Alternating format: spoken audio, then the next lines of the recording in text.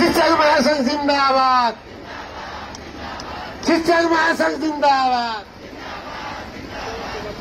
अहिलेदेखि नै पेटीमा बसिहाल्नु भयो। हामी बस्यो भने त सिद्धि हो साथी हो, बस्न मिल्दैन अहिले।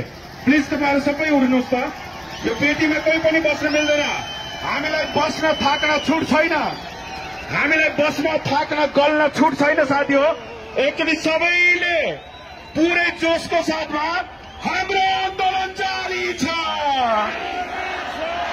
अझै जोडले हाम्रो